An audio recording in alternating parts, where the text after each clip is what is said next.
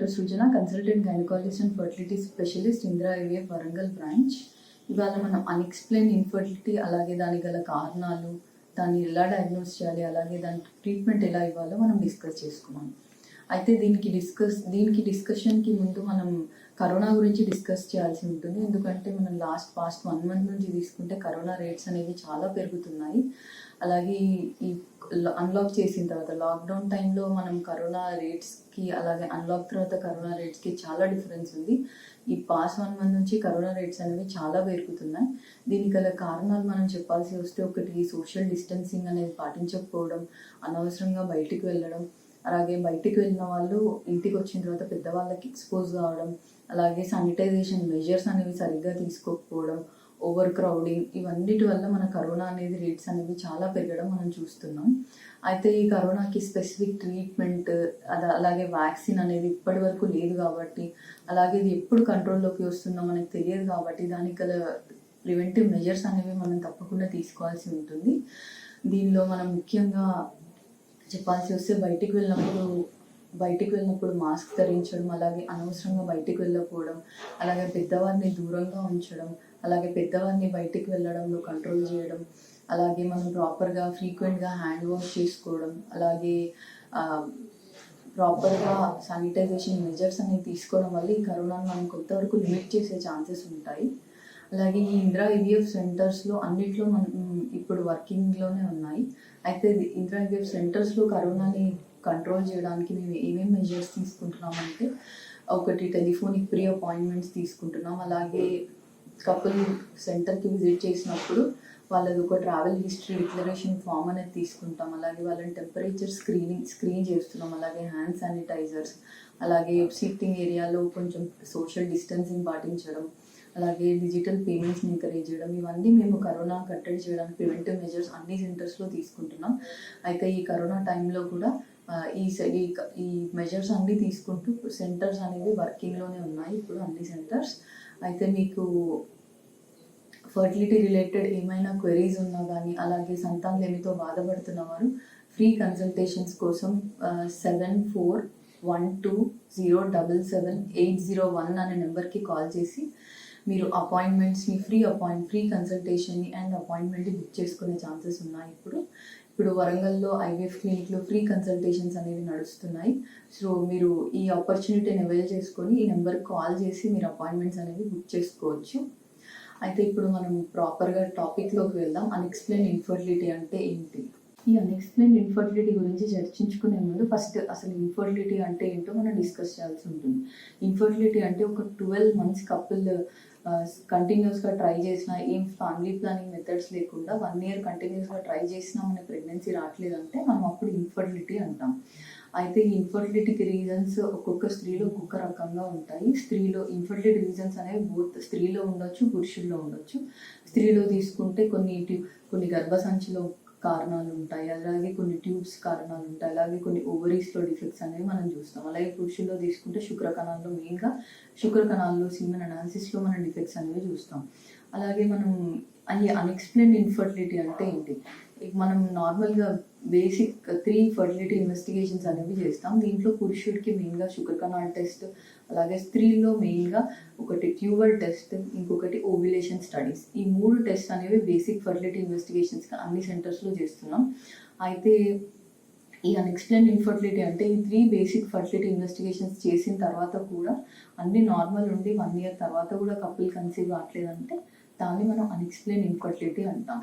అయితే ఈ unexplained infertility గల కారణాలు ఏంటో మనం డిస్కస్ చేసుకున్నాం. నార్మల్గా ఒక స్త్రీలో అంటే హ్యూమన్ బీయింగ్స్లో తీసుకుంటే ఫికండిటీ అంటే మన మ్యాక్సిమం రిప్రొడక్టివ్ పొటెన్షియల్, అలాగే మన మ్యాక్సిమం ఫర్టిలిటీ పొటెన్షియల్ అనేది ఒక మంత్కి 20% నార్మల్ హ్యూమన్ బీయింగ్స్లో ఉంటుంది. అయితే వీళ్ళందరిలో 90% మంది 1 year లోపల కన్సీవ్ అయిపోతారు. అయితే కొంతమందిలో ఒక 15 to 20% మందిలో మాత్రం మనం అన్ఎక్స్ప్లెయిన్ ఇన్ఫర్టిలిటీ అనేది చూస్తుంటాం. అంటే వీళ్ళల్లో ఫికండిటీ అనేది చాలా తక్కువగా ఉంటుంది, అంటే 2 to 4% ఉంటుంది వాళ్ళ మ్యాక్సిమం రిప్రొడక్టివ్ పొటెన్షియల్. బట్ దీంట్లో కూడా ఒక 50% మంది 1 year లోపలనే కన్సీవ్ అవుతారు. అండ్ నెక్స్ట్ ఇంకొక 12% మంది ఇంకా నెక్స్ట్ ఇయర్లో కన్సీవ్ అవుతారు. బట్ నెక్స్ట్ 40% మంది ఎవరైతే ఉన్నారో ఈ అన్ఎక్స్ప్లెయిన్ ఇన్ఫర్టిలిటీతో, వాళ్ళకి మనం ఏ రకంగా ట్రీట్మెంట్ ఇవ్వాలనేది మనం డిస్కస్ చేద్దాం. ఇన్ఫర్టిలిటీకి కాజెస్ ఏమి ఉండొచ్చు? ఈ అన్ఎక్స్ప్లెయిన్ ఇన్ఫర్టిలిటీలో ఫస్ట్ ఫీమేల్లో తీసుకుంటే, అంటే నార్మల్గా వీళ్ళకి మనం బేసిక్ ఫర్టిలిటీ ఇన్వెస్టిగేషన్స్ మేల్లో తీసుకుంటే సీమన్ అనాలిసిస్, అలాగే ఫీమేల్లో మెయిన్గా ఓవ్యులేషన్ స్టడీస్ అంటే నెల నెల అండం విడుదల అవుతుందా లేదా అని చేసే పరీక్షలు, అలాగే ట్యూబల్ టెస్ట్ అంటే ట్యూబ్స్ ఓపెన్ ఉన్నాయా బ్లాక్ ఉన్నాయా అని చేసే పరీక్షలు. ఈ 3 టెస్ట్ అనేవి అన్ఎక్స్ప్లెయిన్ ఇన్ఫర్టిలిటీ వీళ్ళ కపుల్స్లో నార్మల్గా ఉంటాయి. అయితే వీళ్ళకి మరి అన్ఎక్స్ప్లెయిన్ ఇన్ఫర్టిలిటీ అంటున్నాం, మళ్ళీ కారణాలు అంటున్నాం. అయితే ఈ కారణాలు ఎలా ఉండొచ్చు? ఫస్ట్ ఫీమేల్లో తీసుకుంటే కొన్ని మనం ఈ బేసిక్ ఫర్టిలిటీ ఇన్వెస్టిగేషన్స్లో చూడమన్నమాట. కొన్ని చాలా చిన్న కారణాలు అనేవి ఏమేమి అయితే ఉంటాయో ఫీమేల్లో మనం ఆఫెన్గా మిస్డయాగ్నోస్ చేసిన కారణాలు అనేవి మనం చూస్తుంటాం. ఫీమేల్లో తీసుకుంటే ఫస్ట్ సర్వైకల్ ఫ్యాక్టర్స్. మొదటి నుంచి చెప్పాలంటే ఫస్ట్ సర్వైకల్ ఫ్యాక్టర్స్. ఆ సర్విక్స్ అంటే మన గర్భసంచి యొక్క ఓపెనింగ్ని మనం సర్విక్స్ అంటాం. అయితే ఈ సర్విక్స్లో నార్మల్గా మధ్యలో ఒక చిన్న హోల్ అనేది ఉంటుంది. దాని లోపల నుంచి మన శుక్రకణాలు అనేవి గర్భసంచిలోకి ప్రవేశిస్తాయి. అయితే ఈ హోల్ కొంతమందిలో చాలా నారోగా స్టీనోజ్ అయిపోయి ఉంటుంది, అంటే ఆల్మోస్ట్ మూసుకుపోయి ఉంటుంది. దీనివల్ల మన శుక్రకణాల మూమెంట్కి అనేది అబ్స్ట్రక్షన్ అనేది చూస్తుంటాం. సో ఈ కొంతమందిలో సర్వైకల్ ఫ్యాక్టర్స్ తీసుకుంటే సర్వైకల్ స్టీనోసిస్ ఉండడం, అలాగే సర్వైకల్ మ్యూకస్, మన గర్భసంచి నుంచి ఒక ద్రవం అనేది ప్రొడ్యూస్ అవుతుంది. దీన్ని మనం సర్వైకల్ మ్యూకస్ అంటాం. ఈ సర్వైకల్ మ్యూకస్ అనేది మన సైకిల్లో 28 డేస్ సైకిల్లో ఒక్కొక్క పీరియడ్లో ఒక్కొక్కలాగా దాంట్లో చేంజెస్ అనేవి వస్తుంటాయి. దీంట్లో చేంజెస్ వల్ల మన శుక్రకణం అనేది గర్భసంచిలోకి ఈజీగా ప్రవేశిస్తుంది. అలాగే శుక్రకణంలో గల మార్పులకి అన్నిటికీ కూడా ఈ సర్వైకల్ మ్యూకస్ అనేది సహకరిస్తుంది. అంటే కొంతమందిలో ఈ సర్వైకల్ మ్యూకస్లో చేంజెస్ ఉండడం, ఇన్ఫెక్షన్ ఉండడం, అలాగే ఈ మ్యూకస్లో కారణాల వల్ల మనకి స్పర్మ్ మూమెంట్ అనేది డిఫెక్టివ్గా ఉంటుంది. అలాగే ఫర్టిలైజేషన్ అనేది చాలా తక్కువ రేట్స్ అనేవి మనం చూస్తుంటాం. ఈ సర్వైకల్ ఫ్యాక్టర్స్ అయిపోయిన తర్వాత నెక్స్ట్ యూట్రైన్ క్యావిటీ, అంటే యూట్రస్ లోపల ఏదైతే బిడ్డ మనకి ప్రతిస్థాపన చెందుతుందో ఆ క్యావిటీ లోపల ఏమైనా చిన్న డిఫెక్ట్స్ నార్మల్ స్కాన్లో కొన్ని మిస్ అవుతుంటాం, కొన్ని 2D స్కాన్లో కొన్ని మిస్ అవుతుంటాం, కొన్ని డిఫెక్ట్స్ ఆ క్యావిటీలో చిన్న గడ్డలా ఉండడం, అలాగే క్యావిటీకి ఇన్ఫెక్షన్ రావడం, ఎండోమెట్రైటిస్ అంటాం దాన్ని. ఈ గర్భసంచి లోపల పొరనే మనం ఎండోమెట్రియం అంటాం. అయితే ఎండోమెట్రియంకి ఇన్ఫెక్షన్ రావడాన్ని మనం ఎండోమెట్రైటిస్ అంటాం. ఈ ఎండోమెట్రైటిస్ ఉన్నప్పుడు మనకి పిండం ఎంత మంచి ఫామ్ అయినా అది ప్రతిస్థాపన చెందడంలో డిఫెక్ట్ అనేది మనం చూస్తుంటాం. సో దీనివల్ల వాళ్ళు ఫ్రీక్వెంట్గా అబార్షన్స్ అవ్వడం, అలాగే పొర మంచిగా ఫామ్ కాకపోవడం, ప్రతిస్థాపన అనేది డిఫెక్టివ్గా ఉండడం అనేది మనం చూస్తున్నాం. అలాగే కొంతమందిలో ఈ క్యావిటీలో సినెక్కి అంటే అడెషన్స్ ఉండడం. ఈ అడెషన్స్ అనేవి మెయిన్గా చాలా కామన్గా మన ఇండియాలో ట్యూబర్కులోసిస్ అనేది ఉంటుంది. దీనివల్ల మనకి ఎండోమెట్రియం లోపల అతుకుల్లాగా ఫామ్ అవుతుంటాయి. క్యావిటీ అనేది యూనిఫామ్గా లేకుండా లోపల అడెషన్స్ అనేవి ఉంటాయి అన్నమాట. దీనివల్ల మనకి ప్రతిస్థాపన అనేది చాలా డిఫెక్టివ్గా ఉంటుంది అండ్ ఫ్రీక్వెంట్గా ఫర్టిలైజేషన్ ఫెయిల్యూర్స్ అనేవి మనం ఈ మహిళల్లో చూస్తుంటాం. అలాగే చిన్న పాలిప్స్, ఫైబ్రాయిడ్స్, ఇవన్నీ మనం సలైన్ సోనోగ్రఫీ అంటే కింద నుంచి మనం సలైన్ అనేది క్యావిటీలో పంపించి దాని తర్వాత స్కాన్ చేస్తే మనకి చిన్న డిఫెక్ట్స్, చిన్న గడ్డలు అనేవి చాలా క్లియర్గా కనిపిస్తుంటాయి. సో ఇవన్నీ మనం నార్మల్ కొన్ని 2Dలో మిస్ అవుతుంటాం. సో ఆఫెన్గా మిస్డయాగ్నోస్ చేసే క్యావిటీ అబ్నార్మాలిటీస్తో కూడా మనకు అన్ఎక్స్ప్లెయిన్ ఇన్ఫర్టిలిటీ రీజన్స్గా చెప్పుకోవచ్చు. అలాగే కొన్ని కంజెనిటల్ యూట్రైన్ అనామలీస్, అంటే నార్మల్గా మన గర్భసంచి అనేది ఒక త్రికోణం షేప్లో ఉంటుంది. అయితే ఇలా కాకుండా కొంతమందికి చిన్న సెప్టమ్ ఉండొచ్చు, పెద్ద సెప్టమ్ అయితే మనకు 2Dలోనే తెలిసిపోతుంది. కానీ కొన్ని చిన్న సెప్టమ్, అలాగే కొన్ని ఇలాంటి అనామలీస్ ఉన్నప్పుడు మనకి 2Dలో ఆఫెన్గా మిస్ అవుతుంటాం. సో ఇవి మనకు క్లియర్గా తెలియాలంటే ఒక ప్రాపర్ 3D స్కాన్ అనేది చేయాల్సి ఉంటుంది. ఈ 3D స్కాన్ చేసినప్పుడు మనకి గర్భసంచి ఒక ప్రాపర్ అవుట్లైన్, అంటే పైనుంచి ఎలా ఉందో అలాగే క్యావిటీ ఎలా ఉందో క్లియర్గా మనకి 3D స్కాన్లో అనేది ఈజీగా తెలుస్తుంది. ఇది అయిపోయిన తర్వాత మనకి నెక్స్ట్ ట్యూబ్స్ని చూస్తే నెక్స్ట్ ట్యూబ్స్లో డిఫెక్ట్స్, అంటే ట్యూబ్స్ నార్మల్గా HSG లేదా SSG అంటే హిస్టోసాల్పింగోగ్రామ్ లేదా సలైన్ సాల్పింగోగ్రామ్ చేసినప్పుడు మనకి ట్యూబ్స్ అనేవి పేటెంట్గానే ఉన్నట్టు అనిపిస్తాయి. బట్ చాలా మందిలో చిన్న ఫైబ్రోసిస్ ఉండడం, అలాగే ట్యూబ్స్ లోపల చిన్న హెయిర్ లాగా సీలియా అనేవి ఉంటాయి అన్నమాట. ఈ సీలియా అనేవి మూవ్ అవుతున్నప్పుడు మన అండాశయం నుంచి అండం విడుదలైన తర్వాత అలాగే శుక్రకణం అనేది గర్భాశయంలోకి చేరినప్పుడు ఈ ట్యూబ్స్ లోపల గల సీలియా అంటే ఈ హెయిర్ లైక్ ప్రాసెసెస్ ద్వారా వాటి మూమెంట్స్ అనేవి జరుగుతుంటాయి. అయితే కొంతమందిలో ఈ సీలియా అనేవి సరిగా ఫంక్షన్ చేయవు, ట్యూబ్స్ మంచిగా ఉంటాయి, ఓపెనే ఉంటాయి, కానీ లోపల అనేవి మూమెంట్స్ అనేవి లేకపోవడం వల్ల మనకి అండం మరియు శుక్రకణం యొక్క కలయిక మరియు ఫలదీకరణ అనేది డిఫెక్టివ్గా ఉంటుంది. అలాగే ఈ ట్యూబ్స్లో అంటే ఎండోమెట్రియోసిస్ అలాగే ట్యూబర్కులోసిస్ ఉన్నప్పుడు ఈ ట్యూబ్స్లో పెరిగిట్యూబల్ అడెషన్స్ అని కొన్ని ఉంటాయి అన్నమాట. అంటే మన నార్మల్ ట్యూబ్స్కి అలాగే వెనకాల పొత్తి కడుపుకి అలాగే ట్యూబ్స్కి మరియు గర్భాశయంకి మధ్యలో కొన్ని ఫైబ్రస్ స్ట్రాండ్స్ లాగా మనకు ఫామ్ అయ్యి అవి ఏం చేస్తాయి, నార్మల్ ట్యూబల్ మొటిలిటీ అంటే నార్మల్ మన అండం విడుదలైన తర్వాత అండాశయం నుంచి ట్యూబ్స్లోకి చేరుతుంది. అలాగే శుక్రకణాలు అనేవి కూడా ట్యూబ్స్లోకి చేరుతాయి. అండం మరియు శుక్రకణం యొక్క ఫలదీకరణ అనేది జరిగేది అలాగే పిండం అనేది ఫామ్ అయ్యేది మన ట్యూబ్స్లోనే ఫామ్ అవుతుంది. అలాగే ఈ అడేషన్స్ అనేవి ఉన్నప్పుడు అంటే ఎండోమెట్రియోసిస్ లేదా ట్యూబర్కులోసిస్ లేదా కొన్ని కారణాల వల్ల ఈ అడేషన్స్ అనేవి ఉన్నప్పుడు ట్యూబల్ మొటిలిటీ అనేది డిస్టార్ట్ అవుతుంది. సో దీనివల్ల మనకి అండం మరియు శుక్రకణం యొక్క మూమెంట్స్ అనేవి ఎఫెక్టివ్గా అయ్యి పిండం అనేది ఫామ్ కావడం అనేది జరగకపోవడం ఈ కారణాల వల్ల మనం చూస్తుంటాం. అలాగే నెక్స్ట్ ఓవరీస్లో అంటే అండాశయంలో తీసుకుంటే ఎలాంటి డిఫెక్ట్స్ ఉండొచ్చు. అలాగే కొన్ని పైన చూడటానికి కొంతమందికి ఓవ్యులేషన్ స్టడీస్ అనే బేసిక్ ఫర్టిలిటీగా మనం చేస్తుంటాం. అయితే కొంతమంది ప్రీమెచ్యూర్ ఓవేరియన్ ఏజింగ్, నార్మల్గా మన అండాశయంలో అండాల నిల్వ అనేది ఏజ్ పెరుగుతున్న కొద్దీ తగ్గిపోతూ ఉంటుంది. ఒకసారి మెనోపాజ్ వచ్చిన తర్వాత అండం విడుదల అవ్వడం అనేది స్టాప్ అయిపోతుంది. అయితే కొంతమంది ప్రీమెచ్యూర్ ఓవేరియన్ ఏజింగ్ అంటే చిన్నతనంలోనే అండాశయంలో అండాల నిల్వ అనేది తగ్గిపోతుంది. బట్ వాళ్ళకి నెల అండం అనేది విడుదల అవుతుంది, బట్ అండాశయంలో నిల్వ అనేది తగ్గిపోతుంది. నిల్వ తగ్గిపోవడం వల్ల మనకి ఈ రేట్స్ అనేవి ప్రెగ్నెన్సీ రేట్స్ అనేవి తగ్గడం మనం చూస్తుంటాం. అలాగే అండాశయంలో ఏమైనా రోగనిరోధక వ్యవస్థ అలాగే రోగనిరోధక కారకాల వల్ల మార్పుల వల్ల మనకి ఆటో యాంటీబాడీస్ అనేవి అండాశయానికి ఎగెనిస్ట్గా ఫామ్ అవ్వడం వల్ల దీనివల్ల అండంలో సెల్యులర్ లెవెల్లో మాలిక్యులర్ లెవెల్లో జీన్ లెవెల్లో డిఫెక్ట్స్ ఉండడం వల్ల అంటే క్వాలిటీ అనేది ఓవరాల్గా తగ్గిపోవడం వల్ల కూడా మన ఫర్టిలైజర్ నెంబర్ మంచిగా ఉన్నా మన క్వాలిటీ అనేది చాలా ఇంపార్టెంట్ అండం యొక్క. సో ఈ అండం యొక్క క్వాలిటీ అనేది జన్యు మార్పుల వల్ల కావచ్చు, అలాగే ఎండోమెట్రియోసిస్ లేదా ట్యూబర్కులోసిస్ వల్ల, అలాగే ఏజ్ కూడా మోస్ట్ ఇంపార్టెంట్. ఈ ఏజ్ పెరగడం వల్ల కూడా క్వాలిటీ అనేది తగ్గిపోతూ ఉంటుంది. సో ఈ నెంబర్ కన్నా ఇంపార్టెంట్ మన క్వాలిటీ అనమాట. మనకి అండం యొక్క క్వాలిటీ తగ్గినప్పుడు దాని ఫర్టిలైజేషన్ కెపాసిటీ అలాగే దాని ప్రతిస్థాపన చెందే రేట్స్ అనేవి తగ్గిపోతాయి అన్నమాట. సో ఈ అండాశయంలో మనకి మెయిన్గా ఓవ్యులేషన్ స్టడీస్ నార్మల్గా ఉన్నా వాటి క్వాలిటీ తగ్గి ఉండొచ్చు, లేకపోతే నిల్వ తగ్గి ఉండొచ్చు, లేకపోతే అండాశయంకి ఎగెనెస్ట్గా కొన్ని జన్యు మార్పులు లేదా ఆటో యాంటీబాడీస్ అనేవి ఫామ్ అయ్యడం వల్ల వాటి రేట్స్ తగ్గిపోయే ఛాన్స్ ఉంటుంది. అలాగే వాటి ఫర్టిలైజేషన్ రేట్ అనేది తగ్గిపోయే ఛాన్సెస్ ఉంటుంది. అలాగే మన ప్రతిస్థాపన చెందే కెపాసిటీ అనేది తగ్గిపోయినప్పుడు మన రికరెంట్ ప్రెగ్నెన్సీ లాస్ కూడా మనం చూస్తుంటాం ఈ కొంతమంది స్త్రీలలో. అలాగే కొన్ని ఆక్సిడేటివ్ స్ట్రెస్. ఈ ఆక్సిడేటివ్ స్ట్రెస్ అంటే ఏంటి అంటే మన బాడీలో కొన్ని యాంటీ ఆక్సిడెంట్స్ అనేవి డిఫెన్స్ మెకానిజంగా పనిచేస్తుంటాయి. అంటే మన సెల్స్ బాడీ లోపల అన్ని సెల్స్ని ప్రొటెక్ట్ చేయడం, అలాగే డిఫెన్స్ లాగా బయట హార్మ్ఫుల్ సబ్స్టాన్సెస్ నుంచి మన సెల్స్ని ప్రొటెక్ట్ చేయడానికి మన యాంటీ ఆక్సిడెంట్స్ అనేవి మనకి ప్రొటెక్టివ్గా డిఫెన్స్ మెకానిజం లాగా పనిచేస్తుంటాయి. అయితే ఈ యాంటీ ఆక్సిడెంట్స్ అనేవి కొన్ని మన బాడీలోంచే ప్రొడ్యూస్ అయితే న్యాచురల్, కొన్ని మన ఫుడ్లోంచి వస్తాయి. అంటే వైటమిన్ సి తీసుకుంటే వైటమిన్ సి అనేది మంచి యాంటీ ఆక్సిడెంట్ అనమాట. అయితే వీటన్నిటి లెవెల్స్ ఒక లెవెల్లో ఉంటాయి మన బాడీలో. అయితే వీటి ఎగెనెస్ట్గా ఆక్సిజన్ ఫ్రీ రాడికల్స్ అనేవి పనిచేస్తాయి అనమాట.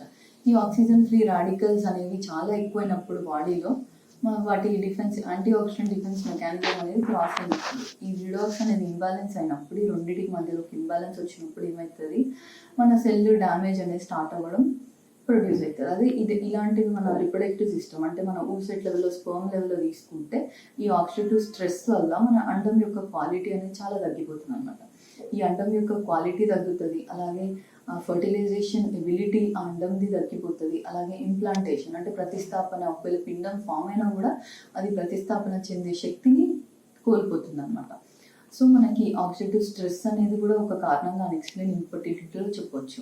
అలాగే కొన్ని జీన్ లెవెల్లో డిఫెక్ట్స్ ఉండడం, ఓవంలో జీన్ లెవెల్లో డిఫెక్ట్స్ ఉండడం, అలాగే కొన్ని హార్మోన్లలో చేంజెస్ అంటే కొన్ని థైరాయిడ్ హార్మోన్ అలాగే ప్రొలాక్టిన్ హార్మోన్ ఇవన్నీ మన సైకిల్లో చేంజెస్ తీసుకొస్తాయి. కాబట్టి వీటిల్లో ఏమైనా చేంజెస్ ఉంటే కూడా మనకి ఫర్టిలైజేషన్ అలాగే ఇంప్లాంటేషన్లో డిఫెక్ట్స్ అనేవి మనం చూస్తుంటాం. ఇవి మెయిన్గా స్త్రీల్లో చెప్పాల్సి వస్తే. పురుషుల్లో చెప్పాల్సి వస్తే ఏమేమి కారణాలు ఉండొచ్చు. పురుషులు alone male unexplained infertility 15% causes అనేవి మనం మేల్లో కూడా చెప్పొచ్చు. అయితే మేల్లో ఎలాంటి కారణాలు ఉండొచ్చు అంటే ఫస్ట్ యాంటీస్పర్మ్ యాంటీబాడీస్ అంటే ఇవి నార్మల్గా అందరిలో మనం మెజర్ చేయం. అయితే ఈ యాంటీస్పర్మ్ యాంటీబాడీస్ అంటే ఏంటి? మనం నార్మల్గా మన టెస్టిస్ లోపల ట్యూబ్యూల్స్ అని చిన్న చిన్న పార్ట్స్ లాగా ఉంటాయి అన్నమాట. వాటి లోపల మనకి స్పర్మ్ శుక్రకణాలు అనేవి ప్రొడ్యూస్ అవుతుంటాయి. అయితే శుక్రకణాల చుట్టూ ఒక టైట్ బ్యారియర్ లాగా ఒక బ్లడ్ టెస్టిస్ బ్యారియర్ అనేది ఉంటుంది అనమాట. ఈ బ్లడ్ టెస్టిస్ బ్యారియర్ అనేది ఈ శుక్రకణాల అన్ని స్టేజెస్ని శుక్రకణాల ప్రొడక్షన్ని అలాగే కంట్రోల్ చేస్తుంది. అలాగే ఈ టెస్టిస్ లోపలికి సబ్స్టాన్సెస్ ఏవేవైతే పోవాలో వాటన్నిటిని కంట్రోల్ చేస్తుంటుంది బ్యారియర్. అలాగే మెయిన్గా ఇమ్యూన్ సిస్టమ్ అంటే రోగనిరోధక వ్యవస్థని ఈ శుక్రకణాలని ఎక్స్పోజ్ కాకుండా ఈ మధ్యలో బ్యారియర్ అనేది ప్రొటెక్ట్ చేస్తుంటుంది. అయితే కొంతమందిలో ఈ బ్యారియర్ అనేది బ్రేక్ అవుతుంది. అంటే కొన్ని ఇన్ఫెక్షన్ కారణాలు కావచ్చు, అలాగే ఏదైనా దెబ్బ తగిలిన ట్రామా అప్పుడు కావచ్చు, అలాగే ఏదైనా అబ్స్ట్రక్షన్ అప్పుడు ఈ బ్లడ్ టెస్టిస్ బ్యారియర్ అనేది బ్రేక్ అవుతుంది. ఈ బ్రేక్ అయినప్పుడు ఏమైందంటే లోపల ఉన్న శుక్రకణాలు అనేవి మన బాడీ యొక్క రోగనిరోధక వ్యవస్థకి ఎక్స్పోజ్ అవుతాయి. ఈ ఎక్స్పోజ్ అయినప్పుడు మనకి స్పర్మ్ యాంటీజెన్స్ అనేవి వీటికి ఎక్స్పోజ్ అయినప్పుడు మనకి యాంటీ స్పర్మ్ యాంటీబాడీస్ అంటే స్పర్మ్కి ఎగెనిస్ట్గా యాంటీబాడీస్ అనేవి మన బాడీ నుంచి ప్రొడ్యూస్ అవుతాయి. అయితే ఈ యాంటీ స్పర్మ్ యాంటీబాడీస్ అనేవి ప్రొడ్యూస్ అయినప్పుడు ఈ మొత్తం స్పర్మ్ ఒక్కసారి ఫీమేల్ రిప్రొడక్టివ్ సిస్టమ్ అంటే యోని లోపలికి గర్భసంచిలోకి చేరిన తర్వాత కొన్ని మార్పులు అనేవి స్పర్మ్ యొక్క బాడీలో అలాగే స్పర్మ్ యొక్క హెడ్ పైన గల మెంబ్రెయిన్లో జరుగుతాయి. ఈ మార్పులన్నీ యాంటీస్పర్మ్ యాంటీబాడీస్ ఉన్నప్పుడు చాలా డిఫెక్టివ్గా ఉంటాయి. స్పర్మ్ అనేది మన ఎజాక్యులేషన్ తర్వాత రిలీజ్ అయిన తర్వాత అది కొన్ని మార్పులు అనేది చెందుతుంది. మన ఫీమేల్ రిప్రొడక్టివ్ సిస్టమ్ అంటే యువజనాలోకి యోనిలోకి ఎంటర్ అయిన తర్వాత అలాగే మన గర్భసంచి లోపలికి ఎంటర్ అయిన తర్వాత ఎగ్ని కలిసే ముందు అది కొన్ని మార్పులు అంటే దాని స్ట్రక్చర్లో, దాని మెంబ్రెయిన్లో, అలాగే దాని హెడ్ పైన గల క్యాప్లో కొన్ని రియాక్షన్స్ అనేవి జరుగుతాయి. దీన్ని మనం కెపాసిటేషన్, ఆక్రోజోమ్ రియాక్షన్ అంటాం. అయితే ఈ మార్పులన్నీ అయిన తర్వాతనే మన శుక్రకణం అనేది అండం పైన గల పొర దీని జోనా పెలుసిడా అంటాం. దీని లోపలికి పెనట్రేట్ అవుతుంది. అయితే దీని లోపలికి చేరడానికి ఈ రియాక్షన్స్ అన్ని చాలా కంపల్సరీగా జరగాల్సి ఉంటుంది. అయితే ఈ యాంటీ స్పర్మ్ యాంటీబాడీస్ ఉండడం వల్ల ఈ రియాక్షన్స్లో డిఫెక్ట్స్, అట్లనే అండం మరియు శుక్రకణం యొక్క ఫలదీకరణ కలయికలో డిఫెక్ట్స్ ఉండడం వల్ల మనకి ఫర్టిలైజేషన్ అనేది డిఫెక్టివ్గా ఉంటుంది. అలాగే యాంటీస్పర్మ్ యాంటీబాడీస్ కాకుండా కొన్ని స్పర్మ్ డిఎన్ఏలో డిఫెక్ట్స్ అంటే కొంతమందిలో స్పర్మ్ డిఎన్ఏలో ఫ్రాగ్మెంటేషన్ అనేది చాలా ఎక్కువగా ఉంటుంది. స్పర్మ్ డిఎన్ఏలో ఫ్రాగ్మెంటేషన్ అనేది నార్మల్గా 15% కంటే తక్కువ ఉండాలి, కానీ కొంతమందిలో 25% కంటే ఎక్కువ ఉండడం. దీనివల్ల మనకి ఒకటి అండం మరియు శుక్రకణం యొక్క కలయిక అనేది డిఫెక్టివ్గా ఉంటుంది, అలాగే ఫలదీకరణ డిఫెక్టివ్గా ఉంటుంది, అలాగే ఆ పిండం ఫామ్ అయిన తర్వాత ఇంప్లాంటేషన్ కూడా మనకి డిఫెక్టివ్గా మనం చూస్తుంటాం. అలాగే అగైన్ మళ్ళీ చూసుకుంటే ఫీమేల్లో లాగానే మేల్లో కూడా ఆక్సిడేటివ్ స్ట్రెస్ అనేది ఇంక్రీజ్ అయినప్పుడు అంటే మన యాంటీ ఆక్సిడెంట్స్ అనేవి మన బాడీలో సెల్స్ అనేవి ప్రొటెక్ట్ చేస్తుంటాయి. ఈ ఫ్రీ రాడికల్స్ అనేవి ఆక్సిజన్ ఫ్రీ రాడికల్స్ అనేవి వీటికి ఎగెనిస్ట్గా పనిచేస్తుంటాయి అనమాట. అయితే ఈ ఆక్సిజన్ ఫ్రీ రాడికల్స్ అనేవి ఎక్కువైనప్పుడు అట్లనే యాంటీ ఆక్సిడెంట్స్ లెవెల్స్ అనేవి బాడీలో తక్కువైనప్పుడు దాన్ని ఆక్సిడేటివ్ స్ట్రెస్ అంటాం. ఈ ఆక్సిడేటివ్ స్ట్రెస్ అనేది వచ్చినప్పుడు మన స్పర్మ్ లెవెల్లో అంటే మాలిక్యులర్ లెవెల్లో డిఫెక్ట్స్ అనేవి మనం చూస్తుంటాం. దీనివల్ల దాని జీన్లో డిఫెక్ట్స్, దాని డిఎన్ఏలో డిఫెక్ట్స్, దాని స్ట్రక్చర్లో, దాని ఫంక్షన్లో అది ఏవైతే మార్పులు చెందాలో వాటిలో డిఫెక్ట్స్ వల్ల మనకి ఫర్టిలైజేషన్ అనేది తక్కువ ఉండడం అనేది చూస్తుంటాం. అయితే కొంతమందిలో స్పర్మ్ రియాక్షన్స్ నార్మల్ ఉన్న స్పర్మ్ ఇంకా ఊసైట్ ఇంటరాక్షన్ అంటే స్పర్మ్ ఇంకా అండం యొక్క కలయికలో అదే జోనా పెలుసిడా అంటే అండం యొక్క పైన కవరింగ్ని మనం జోనా పెలుసిడా అంటాం. ఈ స్పర్మ్ వెళ్ళి జోనా పెలుసిడా బైండింగ్ అనేది మోస్ట్ ఇంపార్టెంట్ ప్రాసెస్ మన ఫర్టిలైజేషన్లో. అయితే ఈ బైండింగ్ అనేది డిఫెక్టివ్గా చాలా కొంతమందిలో ఈ అన్ఎక్స్ప్లెయిన్ ఇన్ఫర్టిలిటీలో మనం చూస్తుంటాం. ఇవన్నీ కారణాలు మేల్ అన్ఎక్స్ప్లెయిన్ ఇన్ఫర్టిలిటీ కారణాలుగా మనం చెప్పవచ్చు. అయితే వీటిని ఎలా డయాగ్నోస్ చేయాలి నెక్స్ట్ ఈ కండిషన్ని ఎలా డయాగ్నోస్ చేయాలి అంటే ఫస్ట్ ఫీమేల్లో తీసుకుంటే ఫీమేల్లో మనం మెయిన్గా ఫస్ట్ ఓవేరియన్ రిజర్వ్ అంటే అండాశయంలో అండం నిల్వ అనేది చూడాల్సి ఉంటుంది. కొంతమందిలో ఓవ్యులేషన్ అనేది నార్మల్గా నెల అయినా అండాశయంలో నిల్వ అనేది తక్కువ ఉంటుంది. సో ఈ అండాశయంలో నిల్వ తెలుసుకోవడానికి కొన్ని మనం బేస్ లైన్ హార్మోన్స్ అనేవి చేయొచ్చు. దీంట్లో ఇంపార్టెంట్గా AMH హార్మోన్ అంటే యాంటీ ములేరిన్ హార్మోన్ అనేది మనం చేయొచ్చు. అలాగే BCM, FSH, LH కూడా కొంతమంది చేస్తుంటారు. ఈ AMH అనే హార్మోన్ మెజర్ చేయడం ద్వారా మనకు అండాశయాల రిజర్వ్ అనేది ఎలా ఉందో మనకు ఒక ఐడియా వస్తుంది. అలాగే ఈ ఓవ్యులేషన్ని కన్ఫర్మ్ చేసిన తర్వాత మన క్యావిటీ అంటే గర్భాశయం లోపల ఎండోమెట్రియల్ క్యావిటీ అంటే బేబీ ఎక్కడైతే ప్రతిస్థాపన చెందాలో క్యావిటీ ఎలా ఉందో మనం చూడాల్సి ఉంటుంది. అయితే కొన్ని 2Dలో అనేది మనకి సరిగ్గా తెలియకపోవచ్చు క్యావిటీ లోపల డిఫెక్ట్స్. సో ఇలా తెలియనప్పుడు మనం 3D అల్ట్రాసౌండ్, అలాగే మనం సలైన్ సోనోగ్రఫీ అంటే కొంచెం సలైన్ ఇంజెక్ట్ చేసినప్పుడు మన క్యావిటీ అనేది కొంచెం ఎక్స్పాండ్ అయ్యి మనకు లోపల ఏమైనా చిన్న చిన్న గడ్డలు కానీ అలాగే చిన్న చిన్న పాలిప్స్ కానీ ఉంటే అవి మంచి క్లియర్గా కనిపిస్తాయి అనమాట. అలాగే క్యావిటీ డిఫెక్ట్స్, అలాగే హిస్ట్రోస్కోపీ అంటే జస్ట్ మన యోనిలోంచి కెమెరా అనేది పాస్ చేసి గర్భసంచి లోపల భాగాన్ని మొత్తం మనం అలాగే ట్యూబ్స్ జాయిన్ అయ్యే ఆస్టియా భాగాలు ఇవన్నీ చూడడం అనేది జరుగుతుంది. అలాగే హిస్ట్రోస్కోపీ చేసినప్పుడు మనకి గర్భసంచి ఇంటీరియర్ అంటే లోపల భాగం అంతా క్లియర్గా కనిపిస్తుంది. ఇంత క్యావిటీ సైజ్ ఉంటుంది, క్యావిటీ లోపల చేంజెస్ ఎలా ఉన్నాయి, అలాగే పొర లోపల ఏమైనా ఇన్ఫెక్షన్ ఉందా, ఇవన్నీ మనం డైరెక్ట్గా చూడొచ్చు హిస్ట్రోస్కోపీలో. సో క్యావిటీ అబ్నార్మాలిటీస్ డిటెక్ట్ చేయడానికి 3D అల్ట్రాసౌండ్, 2D, అలాగే సలైన్ సోనోగ్రఫీ, హిస్ట్రోస్కోపీ అనేది మనం చేయవచ్చు. అలాగే కంజెంటల్ యూట్రైన్ అనామలీస్ అంటే కొన్ని చిన్న చిన్న అనామలీస్ మనం 2D అల్ట్రా స్కాన్లో ఆఫెన్గా మిస్ అవుతుంటాం. సో ఇవన్నీ మనం 3D చేస్తే మనకు క్లియర్గా ఏదైనా చిన్న సెప్టమ్ ఉన్నా కానీ ఇవన్నీ మనకి క్లియర్గా 3D స్కాన్లో అనేవి చూడడం జరుగుతుంది. అలాగే నెక్స్ట్ ట్యూబల్ పెటెన్సీ చూడడానికి HSG హిస్ట్రోసాల్పింగోగ్రామ్ లేదా సలైన్ సాల్పింగోగ్రామ్ అనేది మనం చేయడం జరుగుతుంది. అలాగే ఎండోమెట్రియోసిస్ అలాంటివి ఏమైనా సస్పెక్ట్ చేసినప్పుడు అన్ఎక్స్ప్లెయిన్డ్ ఇన్ఫర్టిలిటీతో మోస్ట్ కామన్గా మనం మినిమల్ టు మైల్డ్ ఎండోమెట్రియోసిస్ అనేది మనం మిస్ చేస్తుంటాం. సివియర్ ఎండోమెట్రియోసిస్ ఉంటే అది ఆఫెన్గా మనం స్కాన్లో డయాగ్నోస్ చేస్తాం. But minimal to mild endometriosis అనేది ఉన్నప్పుడు ఆఫెన్గా మిస్ అవుతుంటాం. అయితే ఇలాంటి సస్పెక్ట్ చేసినప్పుడు ఇవి మనం లాప్రోస్కోపీ అనేది చేసినప్పుడు at the same time diagnose చేయొచ్చు and at the same time treat చేయొచ్చు. ఇవి చేసిన తర్వాత మనకు ప్రెగ్నెన్సీ రేట్స్ అనేవి ఎక్కువగా మనం చూస్తుంటాం. అలాగే కొన్ని హార్మోన్ టెస్ట్ అంటే థైరాయిడ్, ప్రొలాక్టిన్ ఇవన్నీ చేయడం, వీటన్నిటి మీద కూడా మన రిప్రొడక్టివ్ సిస్టమ్ మీద అలాగే ఫీమేల్ మెన్స్ట్రువల్ సైకిల్ మీద ఎఫెక్ట్స్ ఉంటాయి. కాబట్టి థైరాయిడ్, ప్రొలాక్టిన్ హార్మోన్లు ఏమైనా మార్పులు ఉన్నాయనేవి మనం చూసుకోవాల్సి ఉంటుంది. అండ్ దానికి తగిన ట్రీట్మెంట్ చేసి తర్వాత ప్రెగ్నెన్సీ అనేది ప్లాన్ చేసుకోవాల్సి ఉంటుంది. మీకు ఏమైనా ఫర్టిలిటీ రిలేటెడ్ క్వెరీస్ లేదా ఫ్రీ కన్సల్టేషన్ కోసం మీరు ఇందిరా ఐవీఎఫ్ వరంగల్ బ్రాంచ్ని కన్సల్ట్ చేయొచ్చు. మీరు 7412077801 అనే నెంబర్కి కాల్ చేసి ఫ్రీ కన్సల్టేషన్ అలాగే అపాయింట్మెంట్ తీసుకొని మీరు ఫ్రీ కన్సల్టేషన్ని బుక్ చేసుకునే ఛాన్సెస్ ఉన్నాయి. ఇప్పుడు నెక్స్ట్ మనం ఇది ఎలా మెయిల్లో తీసుకుంటే మెయిల్లో ఎలా డయాగ్నోస్ చేయొచ్చు అంటే ఫస్ట్ అనేది బేసిక్గా హ్యూమన్ సీమన్ అనాలిసిస్లో మెయిన్గా మార్ఫాలజీ, మన శుక్రకణం యొక్క నిర్మాణం అలాగే దాని యొక్క చలనం అనేది చాలా ఇంపార్టెంట్. చాలా మందిలో శుక్రకణాల నెంబర్ బాగానే ఉన్నా కూడా వాటి యొక్క నిర్మాణంలో డిఫెక్ట్స్ ఉండడం, వాటి యొక్క చలనంలో డిఫెక్ట్స్ ఉండడం వల్ల ఫర్టిలైజేషన్ ఫెయిల్యూర్ అనేది మనం చూస్తుంటాం. సో ఆ సీమన్ అనాలిసిస్ అనేది చాలా ప్రాపర్గా చేయాల్సి ఉంటుంది. అలాగే యాంటీస్పర్మ్ యాంటీబాడీస్ అనేవి మనం ఏమైనా సస్పెక్ట్ చేస్తే ఆ టెస్ట్ కూడా మనం చేయొచ్చు. అలాగే DNA ఫ్రాగ్మెంటేషన్ ఇండెక్స్ స్పర్మ్ అంటే స్పర్మ్ DNAలో ఏమైనా డిఫెక్ట్స్ ఉంటే కూడా ఈ DFI ద్వారా మనం అది చేసి దానికి తగిన ట్రీట్మెంట్ ఇచ్చి దాని తర్వాత మనం ప్రెగ్నెన్సీ అనేది ప్లాన్ చేసుకుంటే ప్రెగ్నెన్సీ రేట్స్ అనేవి పెరుగుతాయి. అలాగే ఈ సంతానం లేని అన్ఎక్స్ప్లెయిన్ ఇన్ఫర్టిలిటీని ఎలా ట్రీట్ చేయాలి అంటే దీనికి బేసిక్గా మన డ్యూరేషన్ ఆఫ్ ఇన్ఫర్టిలిటీ అంటే సంతానం లేని ఎన్ని సంవత్సరాలుగా ఉంది, అలాగే ఒక ఫీమేల్ యొక్క ఏజ్ పైన డిపెండ్ అవుతుంది. అంటే ఒక యంగ్ ఫీమేల్ తీసుకుంటే అంటే లెస్ దాన్ 30 to 35 ఇయర్సే ఉన్నాం ఫీమేల్ అండ్ న్యూలీ మ్యారీడ్ అంటే 1 year అయింది మ్యారీడ్ అంటే వాళ్ళకి మనం ఎక్స్పెక్టెడ్ మేనేజ్మెంట్ అంటే న్యాచురల్ ప్రెగ్నెన్సీ కోసం వెయిట్ చేయొచ్చు. ఎన్ని రోజులు వెయిట్ చేయాలంటే మాక్సిమం 2 years వరకు మనం న్యాచురల్ ప్రెగ్నెన్సీ కోసం అనేది వెయిట్ చేయొచ్చు. అయితే ఒకసారి డ్యూరేషన్ ఆఫ్ ఇన్ఫర్టిలిటీ అనేది 2 years క్రాస్ అయిన తర్వాత మనం వాళ్ళని ట్రీట్మెంట్ అనేది స్టార్ట్ చేయాల్సి ఉంటుంది. ఈ ట్రీట్మెంట్లో భాగంగా ఫస్ట్ అండం విడుదల అవ్వడానికి అలాగే అండం పెరగడానికి మరియు విడుదల అవ్వడానికి కొన్ని మెడికేషన్స్ అనేవి ఇవ్వడం జరుగుతుంది. దాని తర్వాత అది కొన్ని సైకిల్స్ ట్రై చేసి ఫెయిల్యూర్ అయినప్పుడు నెక్స్ట్ ప్రాసెస్లో మనం IUI అనేది చేస్తాం.